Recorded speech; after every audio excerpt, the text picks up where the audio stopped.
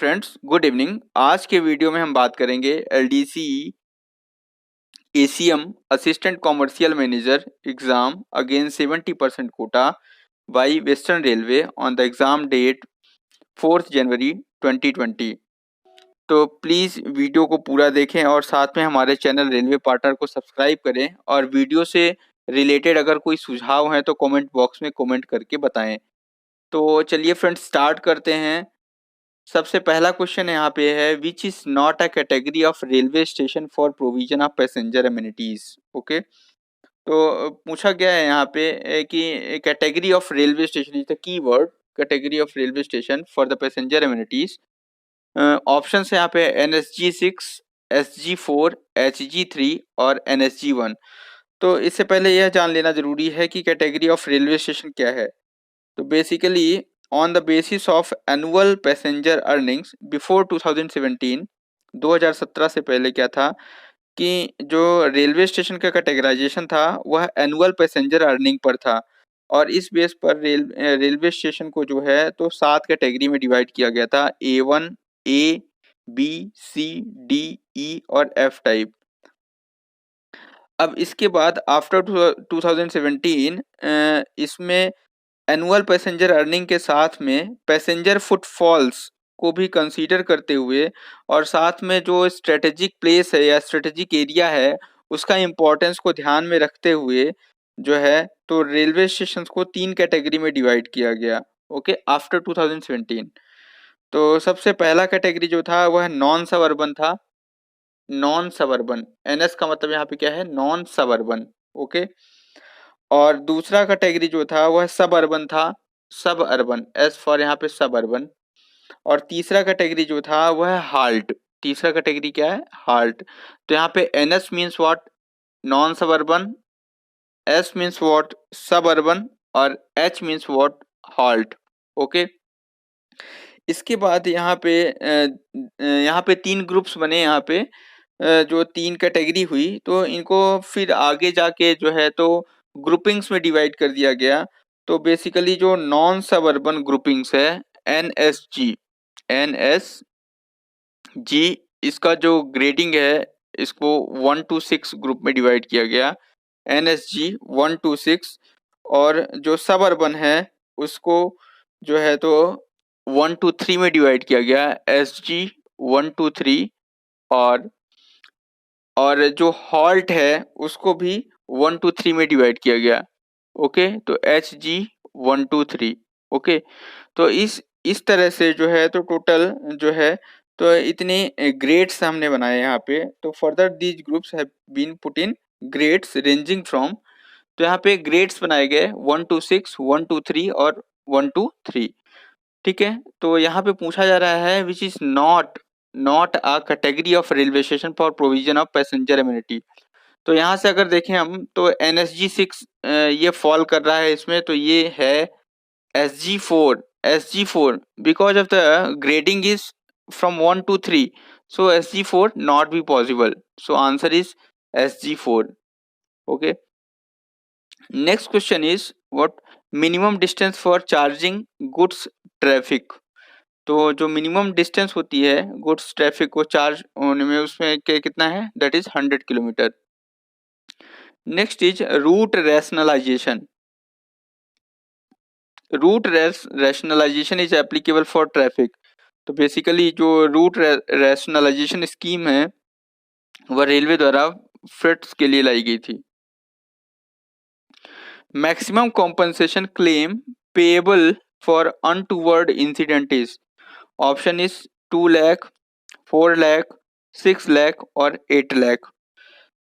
तो सभी को पता है यहाँ पे कि जैसे कभी भी जो कंपनसेशन का क्लेम होता है that is payable untoward incident. तो इस केस में basically under the railway accident and untoward incidents that is compensation amendment rules 2016 के तहत जो है तो इसका जो कॉम्पनसेशन क्लेम है पहले वह 4 लाख था जिसको बढ़ा के 8 लाख कर दिया गया। तो जो मैक्सिमम कॉम्पनसेशन है वह कितना रहेगा, 8 lakh rupees. Next question is minimum penalty for travelling without ticket.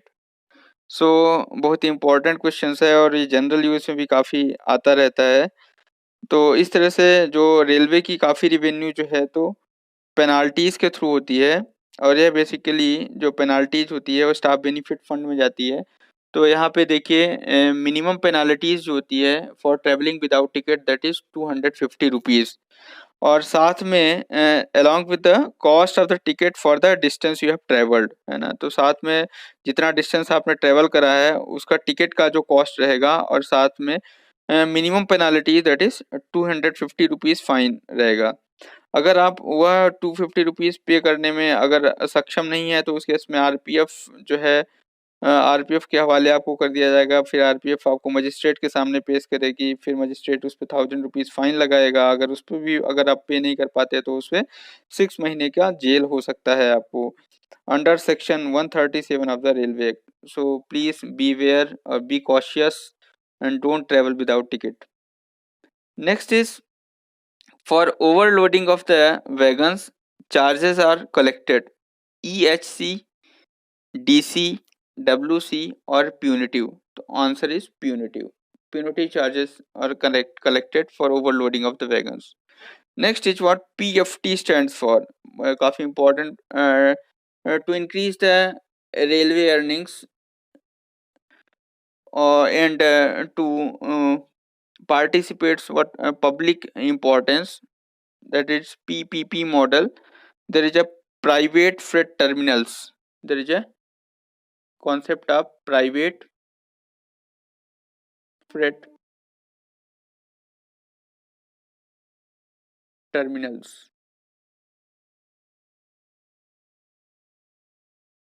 Okay, इससे क्या है, रेलवे का जो लैंड है उसका भी इंक्रोचमेंट बचा रहता है, और साथ में क्या है उसका यूटिलाइजेशन जो है प्राइवेट पार्टी द्वारा किया जाता है, जिससे एडिशनल रेवेन्यू जो है तो गवर्नमेंट को जनरेट होता है। Next is categorisation of railway station for provision of passenger amenities is revised every.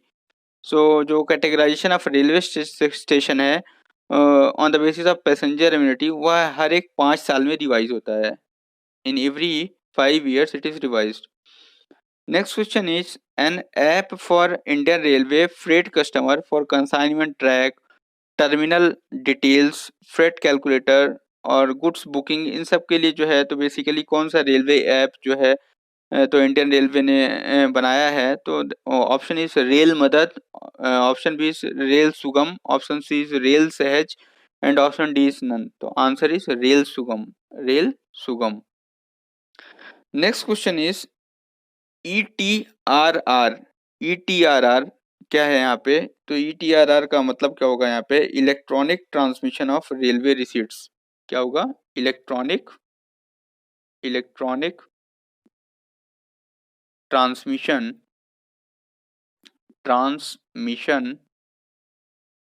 Of railway receipts.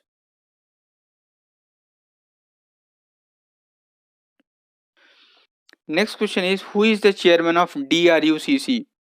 तो प्लीज कमेंट बॉक्स में कमेंट करके बताएं DRUCC का full form. DRUCC is nothing but a Divisional Railway Users Consultative Councils.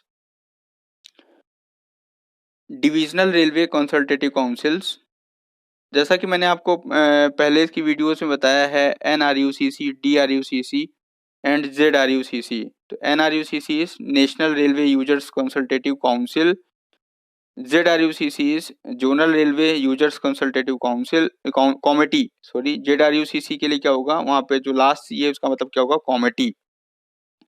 whereas DRUCC is nothing but a Divisional Railway Users Consultative Committee.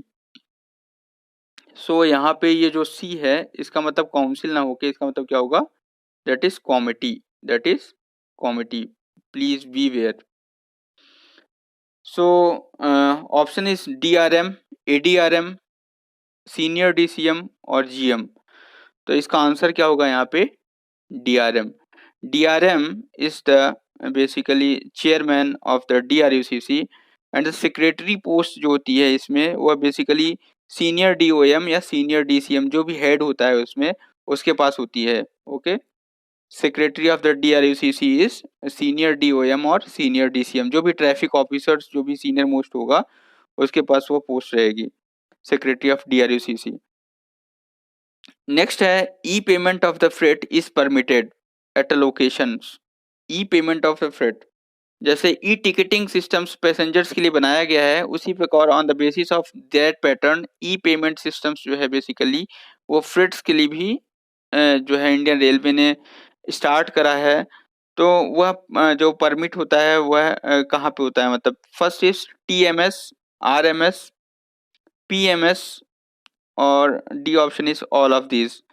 तो जैसा कि हमको पता है voice freight operation information systems जो है वो टू मॉड्यूल्स कवर करता है basically. One is RMS and other is TMS। Okay, तो RMS में क्या होता है हमारा बेसिकली रेक मैनेजमेंट सिस्टम होता है। यहाँ पे RMS का फुल फॉर्म क्या होगा, रेक मैनेजमेंट सिस्टम। TMS का फुल फॉर्म क्या होगा, टर्मिनल मैनेजमेंट सिस्टम। और PMS का फुल फॉर्म क्या होगा, पार्सल मैनेजमेंट सिस्टम। ओके, तो बेसिकली जो यहाँ पे ई पेमेंट का जो है फ्रेट का वह किसके थ्रू होता है basically, that is terminal management system जो होता है बेसिकली रिस्पॉन्सिबल होता है।